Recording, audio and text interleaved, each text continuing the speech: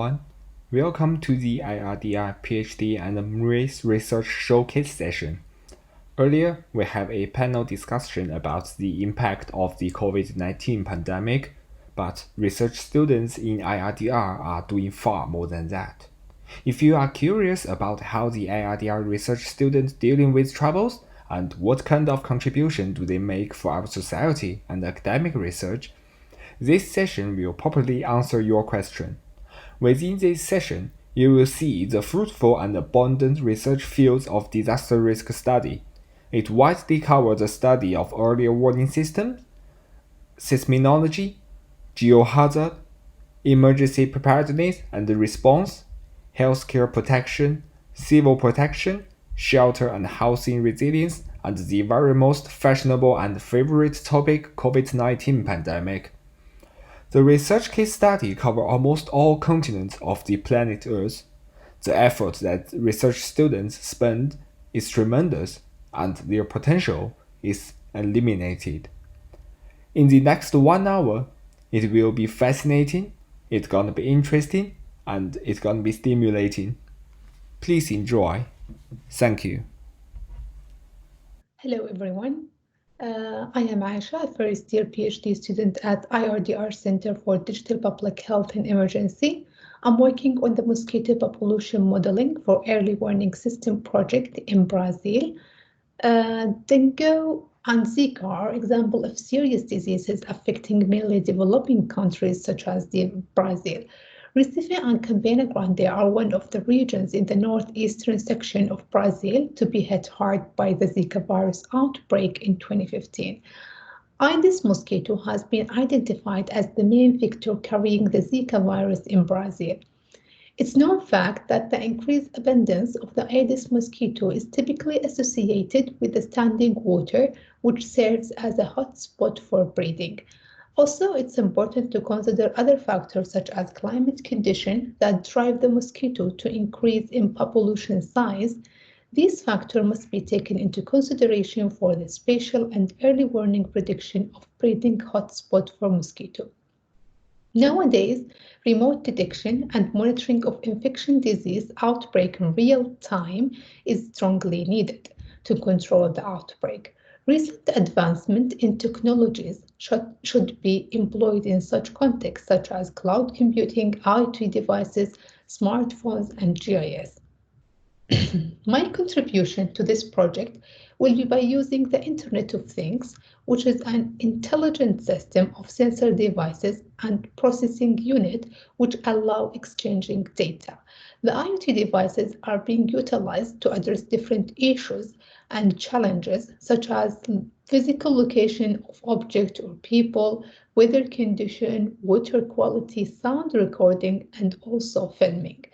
The use of the IoT provides good quality data with high granularity, continuous monitoring, and real-time measurement updating. So, my proposed approach is using three types of sensor to collect some parameters. First one, about the mosquito itself by sensing the presence and detecting the motion of mosquito. Second sensor will collect data about weather condition, and the third one will measure the water quality to find the most suitable environment for mosquito breeding. All data will be collected and processed in real time and will be used in implementing different models. The project will assist government healthcare center and hospital in case of emergency situation by providing prediction of infected area with real-time data, hotspot map visualization, and automatic reporting. Despite the significant enhancement the IoT may add to the project, yet some limitation and room can be improved. For example, improve the Zika app by adding some feature as taking photo of breeding site, then use the image processing for automatic eggs counting. Also, utilizing machine learning and artificial intelligence in terms of modeling and analysis. This is the end of my presentation. Thank you for your attention. Hi, I'm Claudia. I'm a PhD student at IRDR, and I'm working with Joanna Walker and Gerald Roberts. My research focuses on the seismic hazard associated to the extensional fault systems that characterize the Italian Apennines. Italy is one of the countries with the highest seismic hazard in Europe, and the seismicity is concentrated mostly in the central and the southern areas where the faults are located. These structures can generate earthquakes of moderate and large magnitude, causing extensive damage and loss of life. My research focuses on investigating how the geometry of individual faults and of the fault system influence the seismic hazard. And since the central and southern Apennines have a very different geometry, this makes it an ideal place to investigate this. I am also interested in how faults interact with each other and how the earthquake occurrence is linked to this interaction. My work has been focused on collecting data from fault scarps at surface in the Apennines, and in particular I'm interested in data on the fault location and slip rates, because these are the main controls of the location and magnitude of future earthquakes. Data collected in the field can also be used to model fault interaction.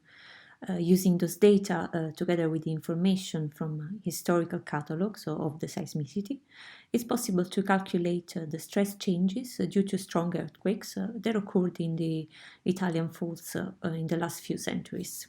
This is an example of the stress calculated from the historical earthquakes in the southern Apennines.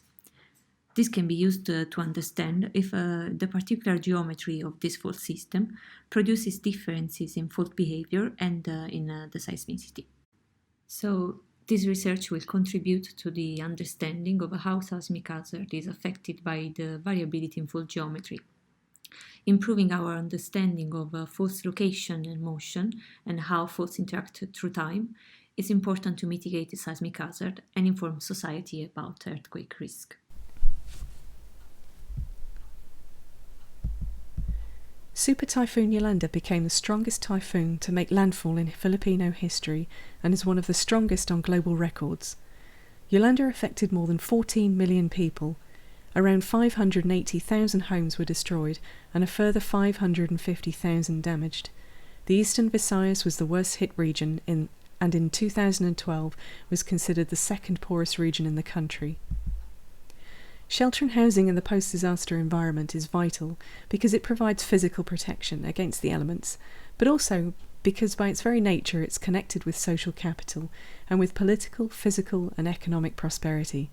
In other words, it's fundamental to the operation of our lives as functional human beings. Debate, however, continues to surround the relative effort and resources placed in constructing emergency and non-permanent housing versus building longer-term and permanent residences straight away for those having sustained major damage to their homes or having lost them entirely. The transitional phase, thought by many to be the link between the slowing of the emergency relief period and the onset of longer-term recovery, can play an important role in determining how quickly and how successfully that recovery from disaster can be achieved. Housing build quality and condition, as well as building location, have been highlighted as major indicators of recurring vulnerability to hazards. We therefore chose to focus on housing-linked vulnerability specifically. Short-term post-disaster observations, however, though numerous, seldom allow the perspective to appreciate how transitional phases can link to longer-term recovery outcomes. By following our respondents through time, we can observe how their circumstances may change through the transitional period and into the beginnings of the recovery phase. We can also link this journey crucially to their situation pre-storm and to factors such as assistance received post-storm. Do pre-existing vulnerabilities such as poor housing build, living in hazard risk locations, unstable employment, precarious livelihoods and irregular salaries lead to the same or even higher vulnerabilities post-disaster? We ask, can vulnerabilities change, and if so, for the better or for the worse? And what may influence this change and to what effect? Is it more or less predictable that this household would rebuild to this standard, very similar to their home pre-storm? And is it more or less predictable that this household would remain in a hand-constructed debris shelter 3 years after their house was completely destroyed? 2 fieldwork campaigns provided the data for this study, the first in March 2014, 4 months after Yolanda, the second in September 2016, 3 years later.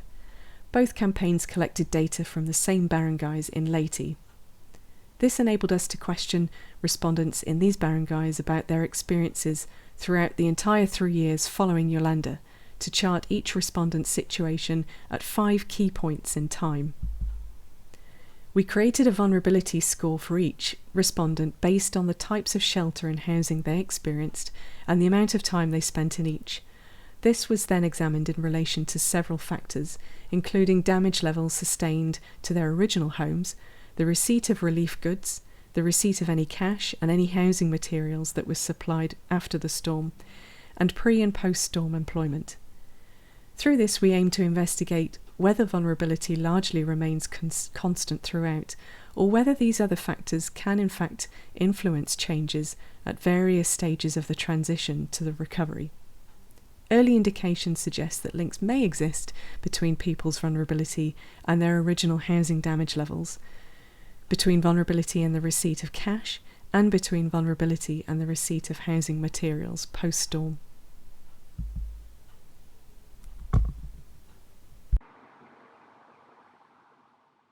Hi everyone, my name is Sagar Al-Zabi. I'm a PhD student from the UCL IRDR. I am from Oman, and my presentation is going to be analysis of governmental responses to selected cyclone emergencies. So the formal system for emergency management in Oman is highly centralized. It's a command and control system. It focuses on national capacities, and there's a severe lack of regional and absence of local capacities. For managing crises, always forming an ad hoc response coordinating committee that almost does nothing during planning, mitigation, recovery. The system is largely governmental system where the voluntary and private stakeholders almost overlooked. So my interest is to understand how a system with these features would function under the different case studies.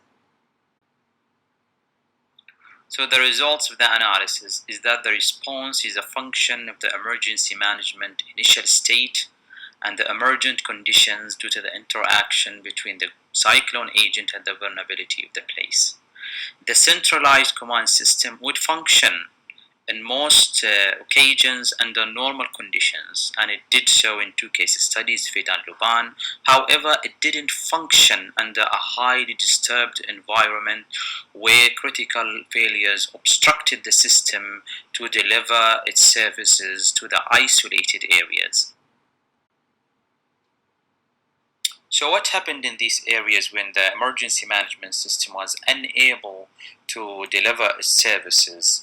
It was replaced by an informal, locally based, self-organized structure that had different features than the formal centralized emergency management system.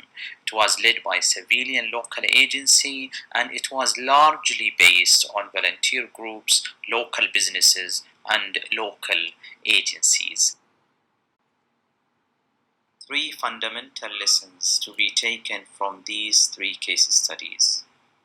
1 is localizing disaster response to the lowest administrative level.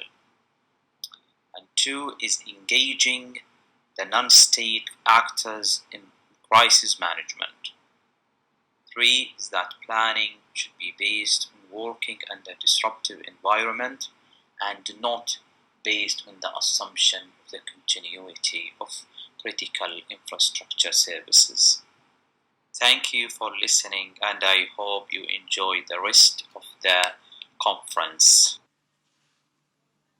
This is Khulud Al-Mufarji, IRDR PhD student. My research topic is enabling disaster volunteerism to be a significant force in civil protection system, a case study from Sultanate of Oman. Volunteers represent a valuable and a complementary resource and source of support to the official forces during disasters. What we know from the literature is that each country has different type of civil protection system, and they vary considerably in the way they handle and manage disasters. Non-governmental organizations will respond with or without official approval, and volunteers will appear with or without any request. The level to which volunteers incorporated in emergency response differs significantly from one country to another. Many researchers advocate for better collaboration and integration of non-governmental organizations, volunteering organizations, private sectors, and community members to be as a strategic and significant partner in emergency management. Volunteering organizations should be well prepared to recruit, train, equip, and retain volunteers in order to develop a functional workforce that can participate effectively during disasters. Those organizations should be embraced with appropriate legal context and embedded with governmental policies in order to be significantly incorporated with the official protection system. My research questions are why disaster volunteerism is not well incorporated within emergency management system, what factors enable the disaster volunteerism to be a significant force within the emergency management system, and what are the challenges that can face the development of a civil protection volunteer force. I chose Oman as a case study because there was no previous research conducted and published to study this subject in Oman. Oman has a developing emergency system which is still evolving. Oman, similar to many other countries, encounter volunteers that offer to help in disaster, and the system is not able to accommodate or handle such volunteers since there is no volunteer management system. Volunteering is deeply rooted in the cultural and religious beliefs and values of many people. My research methodology is purely qualitative research. I use content analysis to analyze various documents, and I've conducted in-depth semi-structured interviews, and I use thematic analysis to analyze those interviews. One of my research outcomes are this model that represent the success factors for incorporating volunteerism within emergency management system. Thank you very much. Hello, I'm Qiu Shuang. I'm a math student in MRes Risk and Disaster Reduction. My math project focuses on the performance of the UK government in managing the COVID-19 pandemic. The UK's coronavirus death toll has already far exceeded 40,000, second in the world to the United States.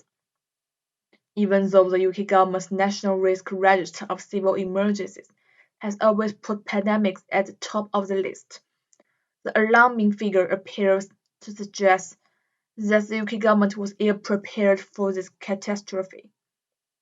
Behind this extremely high death toll, how well has the UK tackled this public health crisis is therefore an issue worth examining.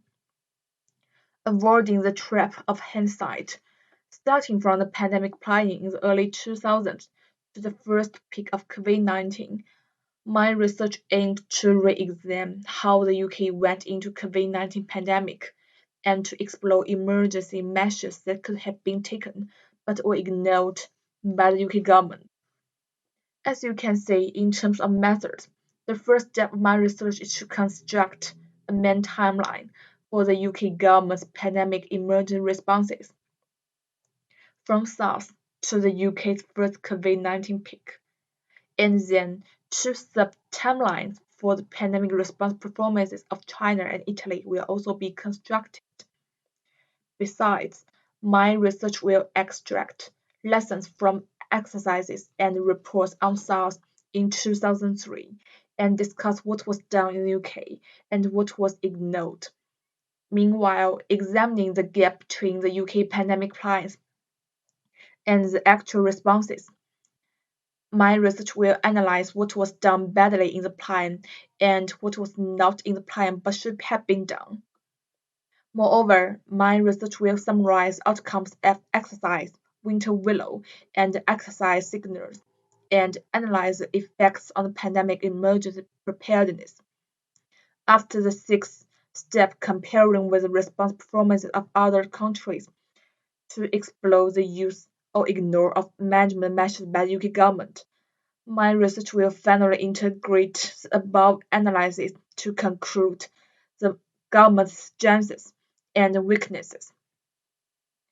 Based on the above evaluation of UK's management performance of COVID-19, combined with the social-cultural context and future development trends, the outcomes of my study could provide preliminary evidence for establishing emergent planning scenarios for future virus pandemics. Hello, my name is Mohammed. I am a second-year PhD student from the United Arab Emirates. In this video, I will brief you about my project where I'm trying to answer the following question. Are earthquakes self-similar? And I mean, do earthquakes behave in the same way regardless of their magnitude? So let's start with an introduction. Although an earthquake may feel like a sudden shaking of the Earth's surface, the motion around the fault can continue to deform the area for hours to years after the event. And this motion is called the post-seismic deformation or the post-seismic slip, while the actual seismic slip is considered as the co-seismic deformation. In previous studies, medium to large earthquakes did not show any systematic relationship between the size of the co-seismic slip and the size of the post-seismic slip. In other words, the amount of post-seismic slip seems to be independent of the magnitude of the earthquake. This is consistent with the self-similar model of earthquakes where large events are just scaled-up versions of smaller events. However, studies of small earthquakes in California showed large post-seismic slip following small events, indicating that the self-similar model does not hold. So my task is to investigate that in depth using borehole strain meter data from the USA and Japan. Why I'm doing that? That is important to enhance our understanding of physical processes driving earthquakes, improve our fault slip models, and improve seismic hazard assessment. My initial result of 17 earthquakes with intermediate magnitudes, and I mean magnitude 4 to 6, which are circled in red in this figure, along with other smaller and larger earthquakes from previous studies, shows a rough trend of post-seismic to co-seismic slip ratio where smaller earthquakes have higher ratios or larger post-seismic slip than larger earthquakes. However, further investigation is required to reach a final conclusion. Thank you. Hello, my name's Miles and I'm a PhD student at UCL Institute for Risk and Disaster Reduction. The topic of my PhD research is prolonged field care in remote environments, which can also be known as prolonged healthcare in remote environments. The background to this research is I'm a nurse with experience of providing healthcare in various mountainous regions. Providing healthcare to people in remote environments is very challenging. The environment itself is very unpredictable, such as the weather, and also operating in a remote environment means that logistics is limited, such as the amount of equipment that you can carry. There is an established body of evidence about providing emergency medical care in remote environments. However, there is very limited literature and even less evidence about providing prolonged field care in remote environments. The rationale for this area of practice and the research comes in two parts. Firstly, minor injury and illness is more common than medical emergencies in remote environments. If minor injury and illness is left untreated, the patient is at risk of clinical and psychological deterioration. Because of the remote environment challenges, it can be a long time before patients can be evacuated. Hence, prolonged field care will reduce the risk of deterioration until the patient can be evacuated or until they can recover. Secondly, prolonged field care also involves reducing the risk of health disasters happening and therefore reducing the risk of patients obtaining minor injury and illness while in a remote environment. My research is divided into 4 separate studies, which involves interviewing expert practitioners in prolonged field care, surveys, and also a fieldwork case study in the Pakistani Himalayas next year. There are 2 collaborators for my research. Firstly, Remote Area Risk International, and secondly, the Royal College for Defence Medicine, which is a constituent of the Ministry of Defence. The aim of my research is to establish a prolonged field care theory, which is going to be used to inform the training of prolonged field care for people living, working, and travelling in remote environments. Prolonged field care is a new area of research which brings together various disciplines such as rural health, health geography, clinical education, and disaster risk reduction. Please follow me on Twitter to keep up to date with progress and also on the IRDR blog. Thank you very much for listening. Hi all, I'm Salma Zajjali, IRDR's first year PhD student at UCL. My research topic is the decadal variability of precipitation in Oman and the assessment of cloud seeding in the western of Al Hajar Mountains, supervised by Professor Peter Simons. The vulnerability to water stress caused by the constant depletion of groundwater resources in Oman and UAE led to the decision to apply cloud seeding technology in 2003 to the UAE and Oman's northern Al Hajar Mountains to raise the freshwater supply by enhancing the rainfall. So basically, cloud seeding is a type of weather modification in which certain substances are spread to clouds in order to change the weather in the long term to address the adverse effect of climate change, which has a diverse uses including rainfall enhancement. And based on the earlier Arabian Peninsula climate change studies in 2014, precipitation trends in recent decades have shown that Arabian Peninsula precipitation has become more intense with longer dry spells between these events, but this outcome was consistent with the RCP's projection scenarios according to IPCC 5th Assessment Report in 2014, which predicted a higher frequency of intense precipitation. As a result, there is a research gap, as whether the cloud seeding is behind the intense precipitation episodes.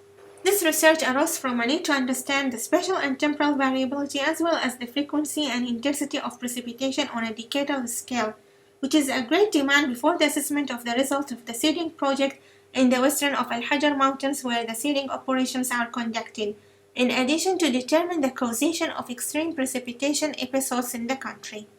Results of this study are used to clarify the scientific framework for cloud seeding in the western of Al Hajar Mountains, to verify the effectiveness and suitability of seeding operations as a mitigation measure to address the rainfall paucity in UAE and Oman.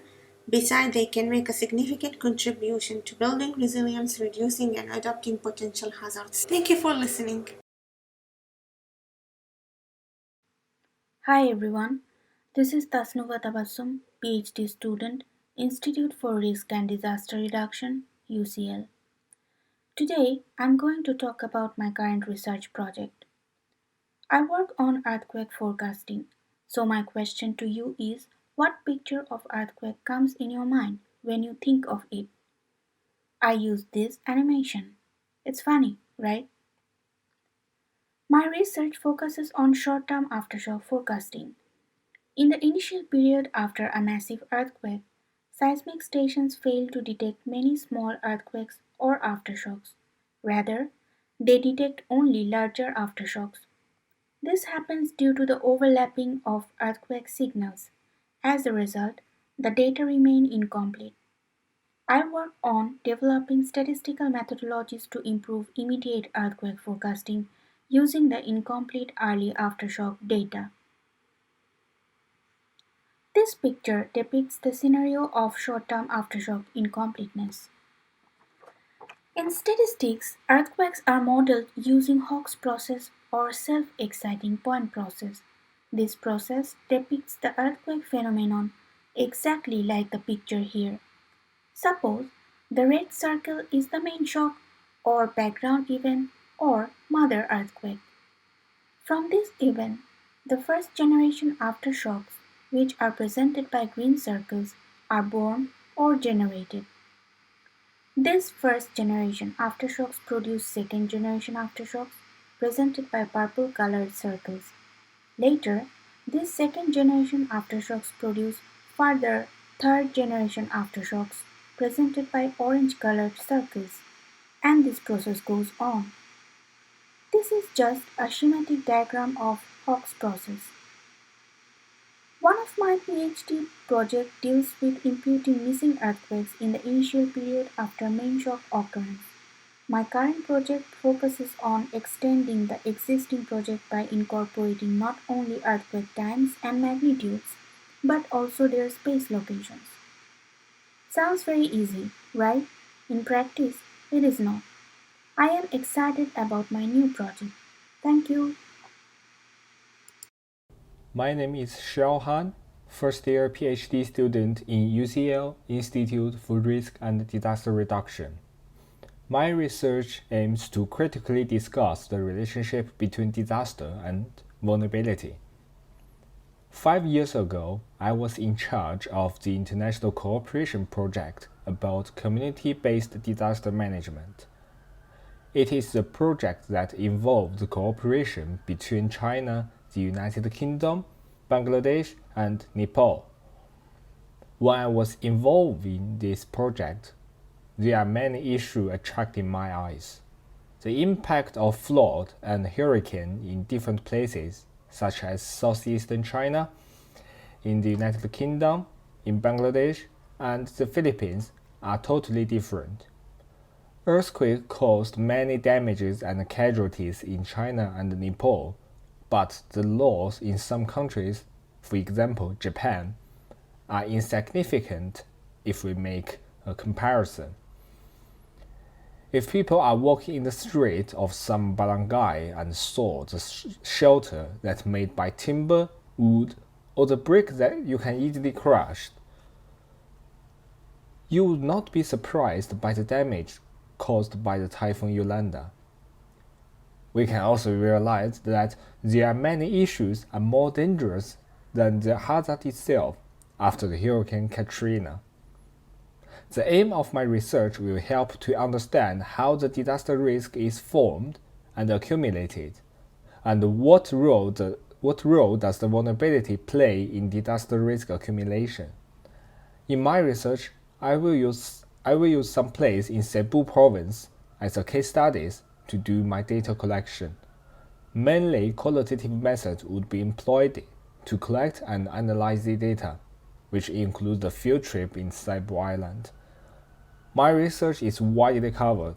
It involved discussion in vulnerability, livelihood challenges discussion, sustainable development, and some history. Scanning the dimensional barcode above to get more information about DRR and DRR in China. Thank you very much for watching. Hello everyone. This is Xuanrong Wang, a first-year PhD student. My research topic is about agricultural insurance in China under Joanna's supervision. China, as a large farming country, often suffers from various natural hazards like floods, earthquakes, and hails. The occurrence frequency of various natural hazards in China becomes higher due to climate change and global warming in recent years. The vulnerability of agriculture in China is obvious when facing these catastrophic events. It would climb a heavy human toll in the countryside and are easily to destroy farm property. So, the role of agricultural insurance in China becomes more important nowadays. Through my literature review, I can conclude that the development of China's agricultural insurance has obvious regional characteristics. There are many contradictions in the centralized and unified development model of China's agricultural insurance at present, due to the different economic foundations, natural conditions, and economic development environment of each region. For instance, generally in terms of agricultural insurance, the eastern and northeastern regions are relatively developed, while the central and western regions are relatively backward. Therefore, it is worthwhile to further study of regional differences with regards to China's agricultural insurance. I decided to use qualitative method together with quantitative method to research on several regions of China that I want to compare their similarities and differences in terms of the development level of agricultural insurance. And then I try to model the data in order to analyze the current level based on the local conditions. for testing whether the current development level of those areas could be improved by combining excellent experience from other regions. Hi everyone, this is Mater Al-Mehmadi. My topic is investigating health risk perception during Hajj, pre-travel advice and adherence to preventative health measures. Every year, over 2 million people gather together to observe the Hajj pilgrims in Mecca. This presents a public health risk to both Saudi and the pilgrims' country of origin. The aim of this study was to evaluate the risk perception and the source of health advice by the pilgrims. Methods: we conduct a cross-sectional survey among internal and external pilgrims performing the Hajj. The survey evaluates the general safety and preventative measures applied, factors influencing public health safety at Hajj, source of the health of pre-travel health advice, recommended preventative health measures, and the effective preventative measures. The result: a total of 280 pilgrims from 28 different countries were approached, of which 233 completed the survey with response rate of 83%. Majority 94% of the response considered the Hajj as safe, while 205, 88% sought pre-travel health advice. The most popular source of pre-travel health advice among the pilgrims were from medical professionals, 85.6%, and other pilgrims, 18.9%.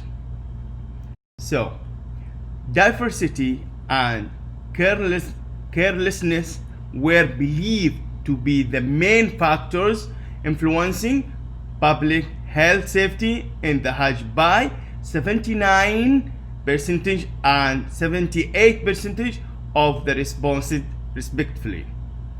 So, yellow fever 50% and wearing of the face mask 24% were the most and least adopt recommended public health measures respectively. So while most pilgrims believed hand washing 59% and wearing of the face mask 51% are the most effective preventative health measures.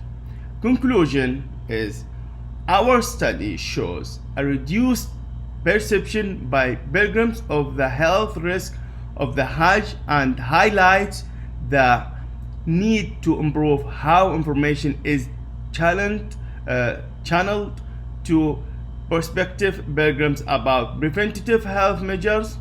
The discordance between recommended preventative health measures and adherence by pilgrims shows a need for a comprehensive enforcement program underpinned by the Saudi Ministry of Health. Thank you. Thank you. Thank you, moderator, for this opportunity. I will be presenting on enhancing rural community participation for disaster risk reduction with case of Nigerian flood vulnerability. Why Nigerian case study? Nigeria is the most populated and among the most dense countries in Africa, with an approximate population of 200 million people.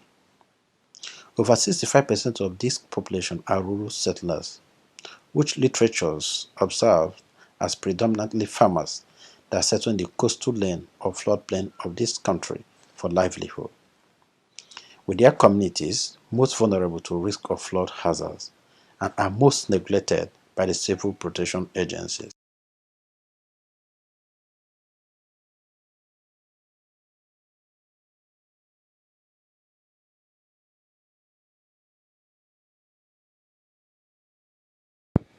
Vulnerability factors. Factors such as operational and policy structure of civil protection agencies, environmental, social, and economic factors are among the key observed factors that disposes rural Nigerian community to flood vulnerability.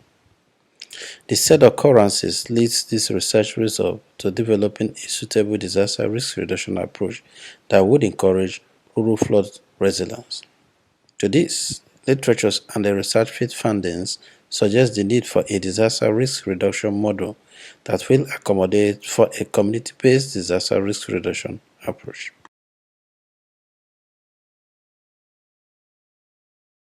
Capacity mobilization of community-based disaster risk reduction. This study recognizes social network and community capital asset base as key structural components for mobilization of rural community-based disaster risk reduction. Social networks function in two key forms, namely formal social network and informal social network, while the capital asset comprises human, natural, and economic asset base.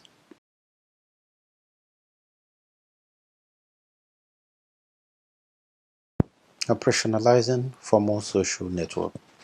While it is of importance to point that all components of the proposed community capacity mobilization framework is strategically structured, the operational structure for formal social network presents a horizontal sideward-in relationship that will result in a direct collaborative link between community organizations and the civil protection agencies.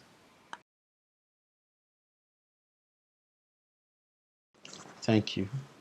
Hello everyone, my name is Omar Velasquez. I am a PhD student at the UCL Institute for Risk and Disaster Reduction under the supervision of Dr. Carmine Galazzo and Dr. Gianluca Pescaroli.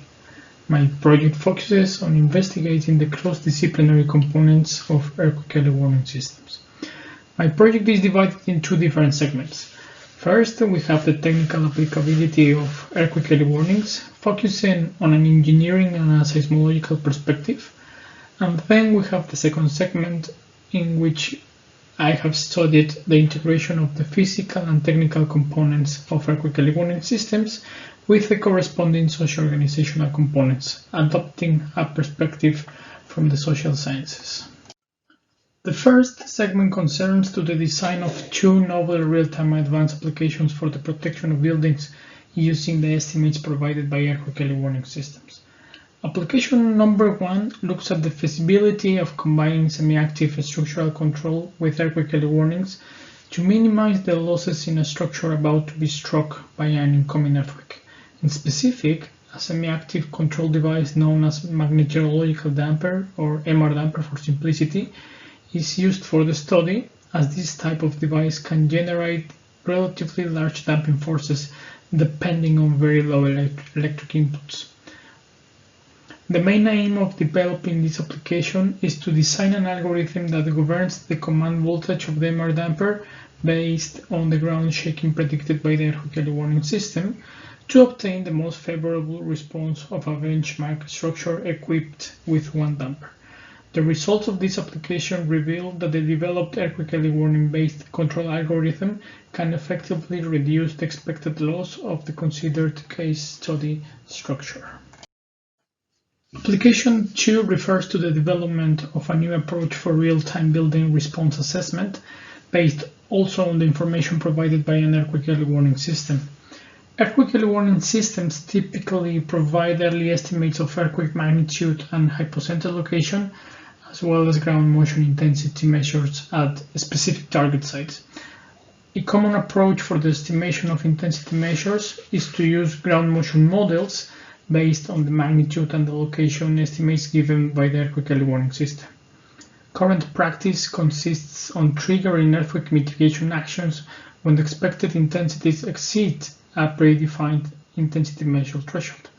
Nevertheless, the shaking experience in mid to high-rise buildings is significantly different from that on the ground, and it also differs from one building to another. Therefore, this application proposes a set of near-empirical prediction equations based on Italian accelerometric data, correlating the demands of particular buildings in terms of engineering demand parameters such as peak per acceleration and interstory drift ratio.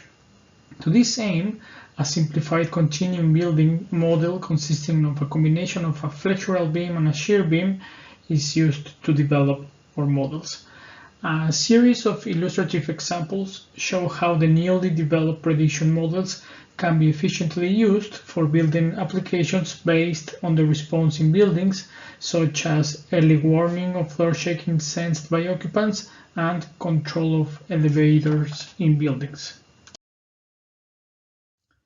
The second segment of this project focuses on the development of a new approach for the integration of the technical and the social organizational components of earthquake early warnings. The aim herein is to produce a better understanding of the social components of earthquake early warnings and their interactions with existing technical components to produce new practices and guidelines for increasing organizational resilience. In particular, the following questions are to be answered. 1. What are the interactions between the technical components and the socio-organizational components of earthquake early warnings? B. What could be required in the socio-organizational domains to have effective earthquake early warning systems? C. What information and training are needed by community organizations, businesses, and the private sector in order to respond and adapt more effectively to the dissemination of earthquake early warnings? To answer these questions, a mixed method approach is implemented on the case study of Mexico City in Mexico that can be considered an area at risk due to the combination of high seismic hazard, structural, and social vulnerabilities. Good afternoon. My name is Melody Vanterboy, and I'm working with Professor Peter Salmons and Dr. Simon Day to investigate whether large earthquakes follow random patterns in space and time. There's a wealth of literature pre and post the onset of digital seismic recordings in the mid-1970s that used different statistical tests to identify non-random behavior in the historical record. These studies vary in length of the historical datasets, studying single events, for example, the Alaska study by Page in the late 1960s. They vary by geographical scope, from small regions, for example, the Nopov et al. Studies in Southern California, to studies using global datasets. And they also vary in the treatment of aftershocks within the underlying datasets. These differences impact the sensitivity of any statistical test conducted, and as you can see, these studies each have different conclusions. Those studies in green, the data with longer historical lengths, often broader geographical scope and more sophisticated declustering techniques showing some evidence of non-random behavior. Those in red showing no evidence of clustering at all, while those in grey have mixed or inconclusive results. These studies led us to question whether it's actually the way that we're segmenting the historical record that leads to these different conclusions. We therefore designed a data segmentation process that we could objectively apply to global datasets to test for non-random behavior.